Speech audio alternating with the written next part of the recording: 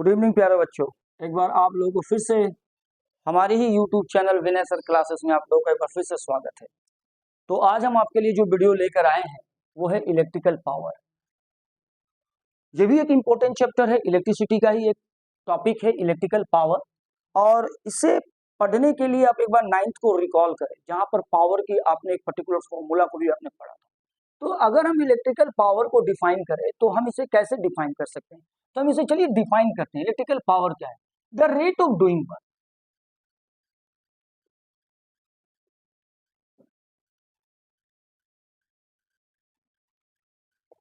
यानी काम करने की दर को ही हम लोग बोलते हैं पावर।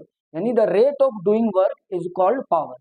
ठीक है, काम करने की रेट को हम लोग क्या बोलते हैं? पावर बोलते हैं।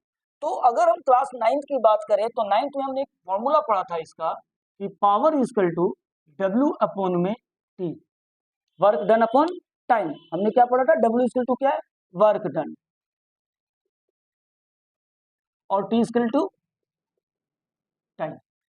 तो ये क्लास 9th में हम लोगों ने पढ़ा था। The rate of doing work is called power and the power is equal to work done upon में टाइम। ये हम लोगों ने क्लास 9th में पढ़ रखा था, आप लोगों को याद होगा। अब इसी पावर के फॉर्मूले से हम लोग इलेक्ट्रिकल पावर के, इलेक्ट्रिकल जो पावर है उसकी पूरे फॉर्मूले को हम लोग ड्राइव करेंगे। सो ये डेरिवेशन है कि हम कैसे पावर का फॉर्मूला को निकालते हैं। तो लेट्स सी, इसी से हम लोग देखिए, इसी से हम लोग इलेक्ट्रिकल पावर के पूरे फॉर्मूला को ड्राइव करेंगे।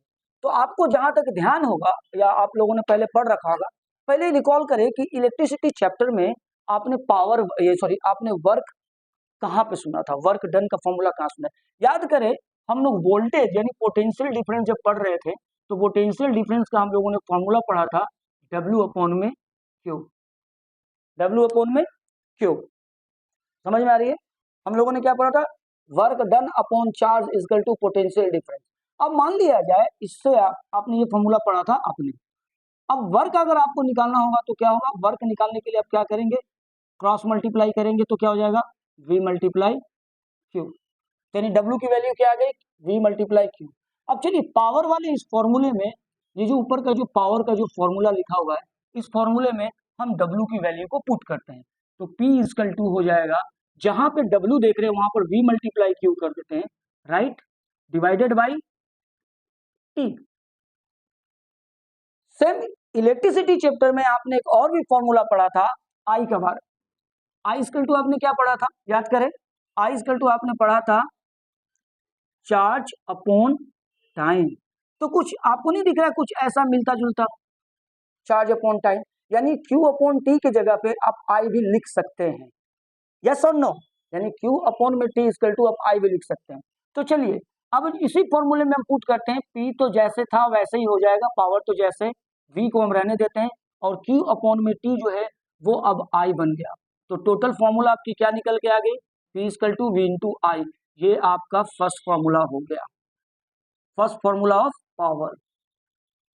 फर्स्ट फॉर्मूला ऑफ पावर आ गया जो कि इंपॉर्टेंट है। ठीक है, हमने क्या किया? ध्यान से देखिए, हमने 9th क्लास को रिकॉल किया। हमने 9th क्लास में पढ़ा था power equal to work done upon time.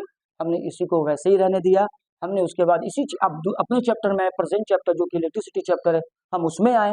उसमें आकर हमने क्या किया? हमने देखा था कि वोल्टेज यानी पोटेंशियल डिफरेंस की फॉर्मूला होती है V equal to W upon में Q होता है। और यहाँ से अगर आप W निकालना चाहेंगे तो हम W इधर रखेंगे, तो इन दोनों के बीच में जो रिलेशनशिप आएगी क्रॉस मल्टीप्लीकेशन का आएगा, V मल्टीप्लाई Q हो जाएगा टोटल। ठीक है, तो अब हमने क्या किया कि इसी पावर वाले फॉर्मूले में W जहाँ पे है, W की जगह पे हमने क्या किया? वर्क डन जहाँ पे हमने वहाँ क्या किया? V मल्टीप्लाई Q कर दिया। T जैसे नीचे था वैसे ही नीचे रहने दिया। अब इन दोनों को अगर आप देखें, Q अपॉन T को अगर देखें तो Q upon T is the formula of electric current. तो इतने बराबर हम इतना रिप्लेस कर सकते हैं, और हमने वही किया। V को ज्यों का त्यों रहने दिया, और Q अपॉन T की जगह पे मैंने I लिख दिया। दोनों मल्टीप्लाई होकर power equal to V upon V multiply I, जो कि first formula of electrical power का हो गया। अब देखते हैं हम दूसरे फॉर्मूले को इसी से ड्राइव करते हैं। ठीक है, दूसरे फॉर्मूले को हम कैसे ड्राइव करेंगे? तो ध्यान दें, यहाँ तक आपने नोट कर लिया होगा, होप आपको समझ में आ गया। हम दूसरे फॉर्मूले की बात करते हैं। तो हमारा पहला फॉर्मूला जो निकल के आया, वो पहला फॉर्मूला हमारा क्या निकल के आया? आपने देखा कि पावर का फॉर्मूला क्या निकल के आया? आपका पहला फॉर्मूला निकल के आया P equal to V into I. ये आपका फर्स्ट फॉर्मूला निकल के आया। अब इसी फॉर्मूले से और दो फॉर्मूले हम निकालेंगे, बस कुछ नहीं करना होगा।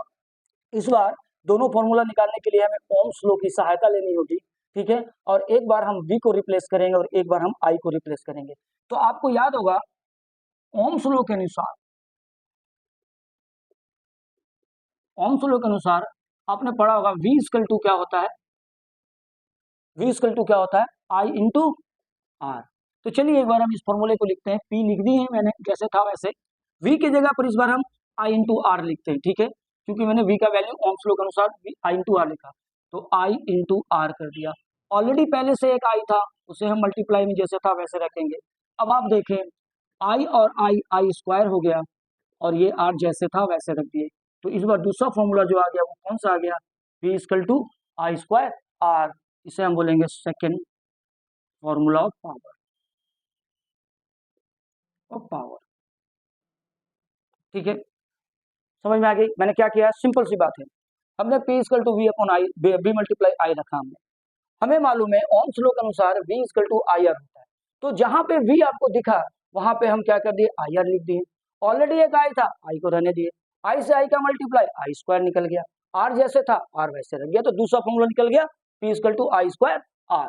चलिए अब इस बार हम तीसरे फॉर्मूले को ट्राई करते हैं। तीसरे फॉर्मूले के लिए एक बार हमने V निकाल दिया, अब इस बार I को रिप्लेस करते हैं। हमने ओम्स लॉ में एक और भी पढ़ा था, एक चीज हमने क्या पढ़ा था, I equal to V upon में R होता है। तो इस बार I की वैल्यू पुट कर देंगे, पहले वाले फॉर्मूले में I की वैल्यू पुट कर देंगे। हमारा फॉर्मूला था P equal to V into I, ये वाला फॉर्मूला था। जहां अब हम क्या करेंगे,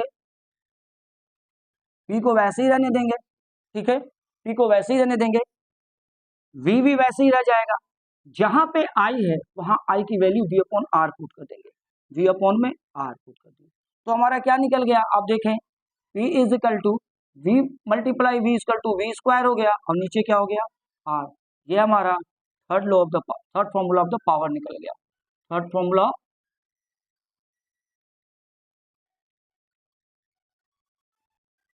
देखिए सबसे पहले हमने 9th क्लास का वर्क डन का फॉर्मूला लिखा, वर्क डन सॉरी पावर का फॉर्मूला हमने लिया, power equal to work done upon में टाइम। वहीं से हमने डेरिवेट किया सब फॉर्मूले को। पहला formula P equal to V into I आया, एक बार मैंने V को रिप्लेस किया according to Ohm's law, V into I, V equal to I R को मैंने पुट किया V की जगह पे। दूसरे फॉर्मूले में हमने क्या किया कि I को रिप्लेस किया, I के लिए हमने क्या रिप्लेस किया, फिर से हम ओम्स लॉ को फॉलो किए, I equal to V upon में R, और इस बार हमने I की जगह पे V अपॉन में R रख दिए और हमारा तीसरा फॉर्मूला निकल के आ गया। आपको समझ में आया होगा, मुझे जहां तक है मैंने पूरी कोशिश की ताकि आपको समझ में आ जाए। बेटा देखो न्यूमेरिकल बताते समय तीनों में से कोई भी एक फॉर्मूला यूज करना पड़ेगा, ये आपके ऊपर डिपेंड करता है, because we are not facing the exam, you are facing the exam, so definitely you have the question paper in front of you, आपके सामने क्वेश्चन पेपर होगी। सो आपको समझ में लगाना होगा कि हम कौन से फॉर्मूले को फॉलो करें वहां पे, ठीक है। तो इसके लिए आपको करना क्या पड़ेगा, इसके लिए एक ही सिंपल थ्योरी है, आप प्रैक्टिस करें, वैसे भी आपके पास ज्यादा टाइम नहीं है, तो you should practice more and more so that you can pass with the flying colour. तो चलो आप लोग हमारे इस यूट्यूब चैनल पे बने रहें, और बने रहने के लिए आपको तो पता है कि आपको अच्छी वीडियो मिले, इसके लिए आपको सब्सक्राइब करना होगा, शेयर करना होगा, और ज़्यादा से ज़्यादा कमेंट करें, ज़्यादा से ज़्यादा बच्चों के पास जाए ताकि उनको भी मदद मिल सके। हमने अपनी पूरी कोशिश की, ठीक है, और बाकी के लिए आपको बेस्ट ऑफ लक, आपकी फ्यूचर ब्राइट हो, अच्छे नंबरों से आप पास करें। Thank you so much.